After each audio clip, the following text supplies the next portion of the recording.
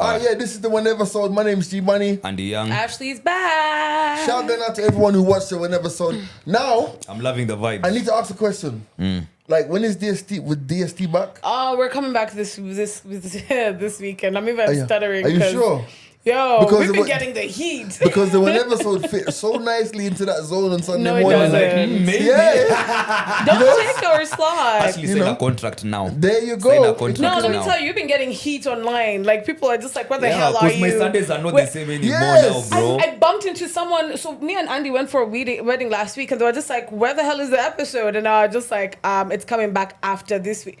They said after this week. We have to wait again.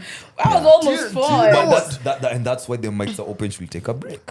The sexual tension is crazy. The sexual tension is Between crazy. The listener and the podcast. It's Oh, crazy. okay, Supply okay. and demand. Okay. Yeah. Ashley, I deep it, man. You see You it? have us thirsty and hungry for the next episode, man. How much you drooling? So now we're eating from the palms of your hands, bro. There you go. But we're Yeah. coming back this coming weekend. Yeah, this Sunday. also, I want to big up Hafari on Breaking Hearts. Do you know what? It's a really good listen. It is, yeah. It's like I mean, I've watched it before, but I listen to it because on Spotify as well now. I listen to it in the car. It's actually a really good music. Yeah. They need to do it like Conversation. in a thingy. Oh man, Do I like don't know what? something Big in up my of neck. Aaron Suki. They need Yeah. to do it like in a cigar lounge.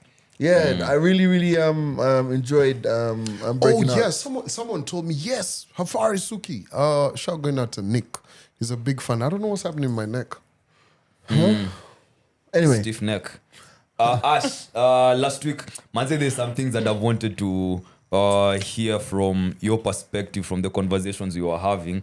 And one of them was, Jimani had mentioned that we need to rethink influencers who are doing just anything. Yeah. From events to products and all that. And I was thinking, you being in your position and having worked and still are working with influencers, and now you're the in-between clients, the agencies, the TA, and now the actual influencers. Like, if you were to give that opinion from a professional's perspective who has shucks. that bad eye view, what would you say? There's a lot that needs to change about how influencers are used in Kenya, or generally, actually.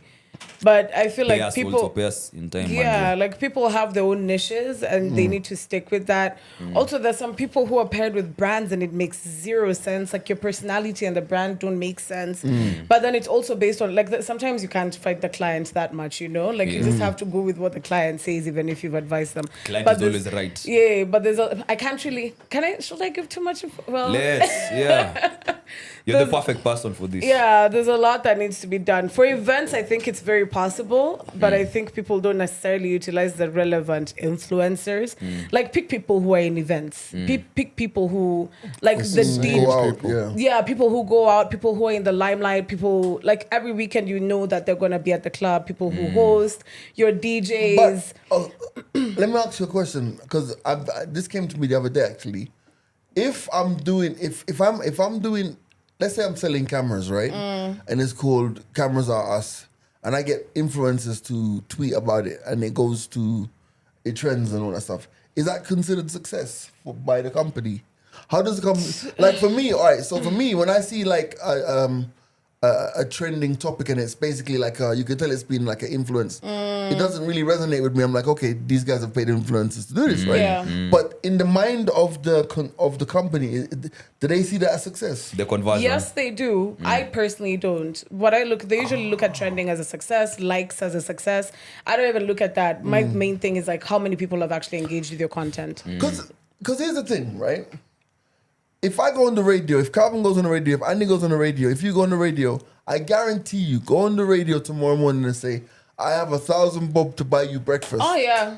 That's Your the show- day you'll realize you have listeners. Your show trends like nobody's business. All day. So I'm saying that, like, if I can get the show to trend for 1,000 bob, how can you see success in booking in like 99 million influencers? But I was reading today actually about the power of micro influencers. Micros are way... And how Nanos and micros. Yeah, nano and micro Yeah. influencers.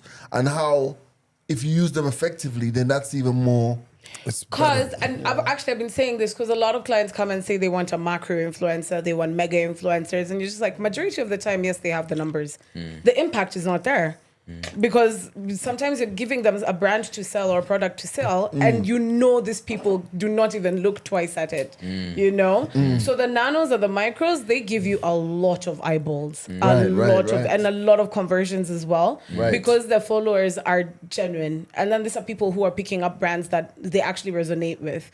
So they have a lot more impact, lot more impact. This is gonna sound like an interview and me being a moderator, Yeah, but can we- no, I'm shy. before we move out of this, so many people come to me because I've influenced to a couple of brands, and someone who hasn't maybe influenced yet and trying to get an influencing gig, they'll always tell you, see, whenever you get or you hear something about Nini, you let me know. But I don't think they really understand how maybe it would work best for them, because from my perspective, I think they're working it the other way around. Don't look at the brand you want to represent just yet. Look at what you are doing and maybe the brands that align. But that's what I think. Maybe you could tell them. Look at what you want someone to who push. wants to influence. Yeah. Look at what you want to push personally. What are you passionate okay. about? Like, don't even think about the brands first, because once you do that, then you're like putting yourself in a bubble, no? Because I'll look at you personally. Like, you like basketball, you're a DJ, you're playful as well. So I'm gonna look at brands that align to that. I'm never gonna give you a bank. Right. You know, that's G, because it's all even Calvin, because they're very financial. They But talk you a lot. can give me the money. I can give you the money, but they're very financial, so I'll definitely throw over anything bank related. For you, I'm gonna throw over sports related, because of basketball. Music related, of course. Food, snacks. Also snacks as well, because you know. You already know the vibe. You know what time it is. But So your personality goes a long way with it as well. I think. So work on your that's- personality and look at what you're putting out there. But you What see, you but want you to- see, your brand to be. that's unfortunately, Ash, I feel like that's the romantic story. No, Like, I agree. I agree. I think we had this same podcast conversation over here, and there are some amazing content creators that I see on Twitter, on all of the damn time. And I remember one of them posted a question. One of them posted a piece of content, and they've been creating, and I think they still do. I wish I'd remember their name. And someone asked, how comes this person has never gotten a gig? brand association and what? That is where you keep asking yourself, if there was a guild of influencers in Kenya, you can put them in this fist. Oh like yeah, that. no, it's true. It's true. But then sometimes you put them on a deck, and because they don't know who they are, people are. Yeah, but you it's see, just like, why are we using someone? But you who know we don't know? what I like about how this whole influencer game is about to change is all of these people who are going to start creating content nicely and are jumping onto, TikTok don't give a fuck about Facts. influencers who are myself, you, Yes. what. Yeah. That is changing. With how Twitter's now gone as well, X, I mean, that's changing. So it's a very, if you're not adapting, shit's I love the fact, and as I get more and more into TikTok, I love the fact that, if you remember back in the day, how raw YouTube was. Like when you had like creators on YouTube, The it vloggers. was so like raw, and then it became so polished. It's become so polished to an extent. I love the rawness of TikTok. TikTok You know what I mean? I think it's pure. What's the Kenyaji TikTok? It's the one. Yo. I've never forgotten the first time when I don't know who said, "Yo, go look at TikTok, the French protests, and then go look at the French protest on Instagram. No, we even had that We had that conversation conversation here. over here, and I was just like, boop, boop. One Yeah, is very reality whatever. on the Also- ground. Yeah. Also, if you're in the content game as well, and I'm loving this conversation, bruh. I watched a 2-hour interview today, or most of a 2-hour interview today, with this guy called Mr. Who's the Boss. Jeez. So he's a big tech influencer in the UK, but he's global actually now, right? I mean, he's almost got as much followers as Marquis MKBHD. Mr. Who's the Boss. And he's an Indian guy, which even stacks up against him anyway. Yeah. Like, bruh, when he tells you, breaks down what goes into making a video and how much they think about retention, and his stuff is driven by data. Science. Like, for example, he was like, when you watch one of his videos, within the first 10 seconds, you know what the payload is about. Yeah. Now it's for him to keep you engaged as he gets towards that story. Yeah. You know what I mean? I even had Emilia from the Chicken Shop Date series. I don't know if you guys know about Yeah, her, yeah, I know, like a UK babe. And she was talking about now her production. And she was saying what she enjoys most about her videos is the edits, because that's where it's at for her. Yes. Like she'll tell you, you can sit down for 40 minutes, have an interview with an artist, and she might not be the best interviewer, Yeah. or Right, you know, right. from what we generally or universally agree as this is an amazing interviewer. But then when she sits down now with the guys and she has full editorial control, like no one is telling her, no, you can't do that because it's her product, right? So she says she will even take 10 seconds out of something so random, and that's what people like when you see her videos on IG or Yeah. TikTok, Right. and you're like, damn, So that it seems awkward or odd, but I'm Right. still here for it. The artists are there for it. Facts. That's so, her brand. So even the guy actually said like, and it made me think about the podcast when I was watching. He says that like there are some in jokes within Your podcast. within his content creation. Like for example, nobody knows why the podcast is called Mr. Who's the Boss. But then he's like, I've actually told guys why it's called Mr. Who's the Boss, but it was done in such a subtle way. Only people who were in it picked Will it up. understand, yeah. And then he was saying that now there's a whole community of people who think we get your inside jokes and because they we're like part it. of your Community. But now if you watch it as the first time, it goes over your head. Yeah, Like yeah. for example, this guy puts every single thing he puts out. He's put out over 600 videos. I think it's only 2 of them where he hasn't mentioned Rick Ashley. Never gonna give you up. Never gonna. It's only 2 of them where he hasn't alluded to Rick Ashley. And the thing about it is, it's like these guys' videos are getting 90 million. But what I loved about watching that thing today was just how he applies data Into to his what he's content. doing. Yeah. Yeah. And how he was like, when I started, nobody knew who I was, so nobody would send me an iPhone to review. So what did he do? He reviewed software. You get me? And then he spoke about how like he's very clear with the brands, like, I am here to raise the awareness of what you're doing. I'm not here to sell that shit. Yeah. Just raise So if awareness. you want me to, he goes like, if you want to give me a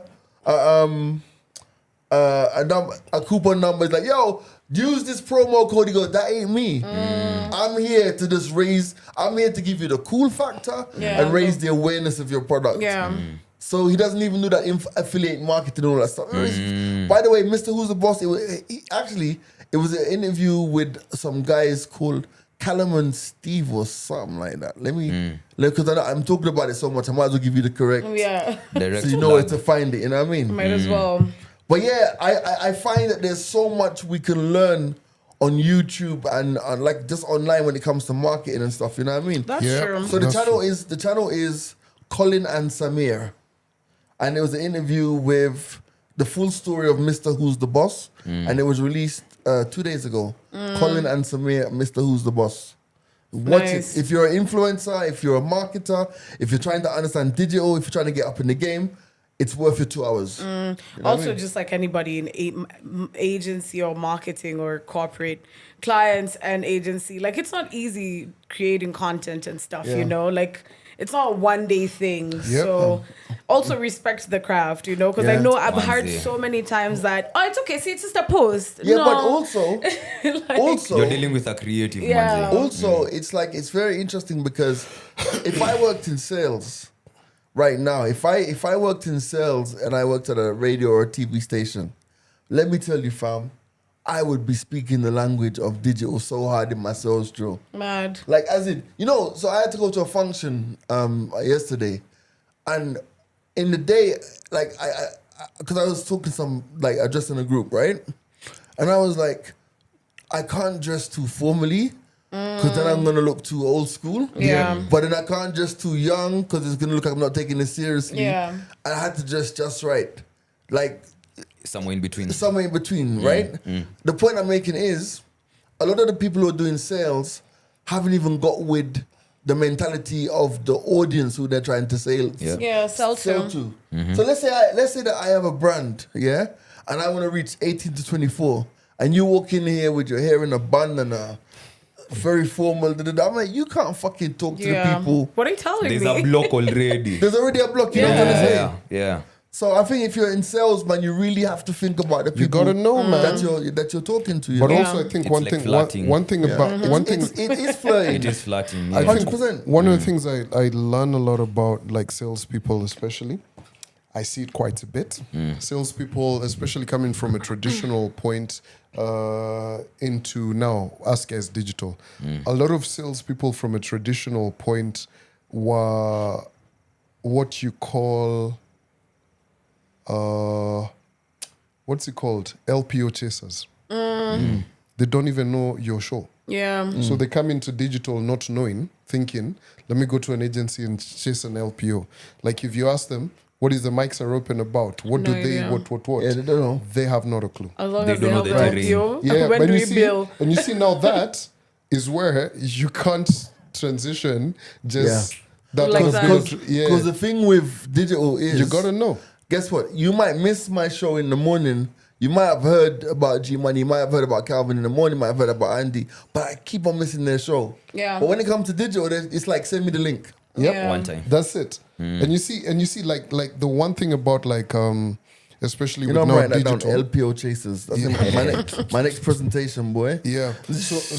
So the next the thing, what was I about to say? You see, like now the game has changed, man. Like I keep saying, hearing about all of these guys who do all of these reports, the cuffs and the what and what and what. Fam, how are you gonna tell me Nakuru has a bigger audience for you? Fam, me I can go down and pinpoint and say in Nakuru, these people fuck with me. On and on and on. So the game's changed, man. Like data consumption game, and planning. And also, by the way, clients are tired of spread and pray. You know what spread and pray What's is? that? They want to What- target. You just go, you're told, here's 1 million. Bwah! All over. Bro, and It's I not by want like chance now. it's like I was talking to someone who was telling me, yo, That's a good one. Spread and pray. spread and pray. Yeah. So like I was talking to someone who was That's a telling good me about a particular company that were doing roll on. And they knew that roll on wasn't going to fly in Nairobi. But in the Western Kenya, it did so well. So they were like, you know Market what? research. Let's go to that area and actually just invest in that side. Yeah. Because in Nai, they were like, it's going to be a waste. Is that Yeah. the Force one issues. they were advertising the other day? Yeah, don't mention the brand name. yeah. That one. Yeah, so you see, so that's the whole idea. So you just have to think about it because you see, bro, marketing budgets are not what they used to be. No, they're so not. Actually got a new really- phone. Yeah, I did. You New really phone. Who can't- this? It's green. It's green. It's yeah, you're the same saying. color as mine. Yeah, this Yeah. guy's distracted Yeah. already. That was the best color they had. Ashaenda. So yeah, so essentially that has been how many minutes Sorry. of game? No. He's no, always getting distracted no, at the end of the Wheneversode. no. How do And you I expect to sit in class for 40 minutes How or do 1 I- hour? How do I come? No.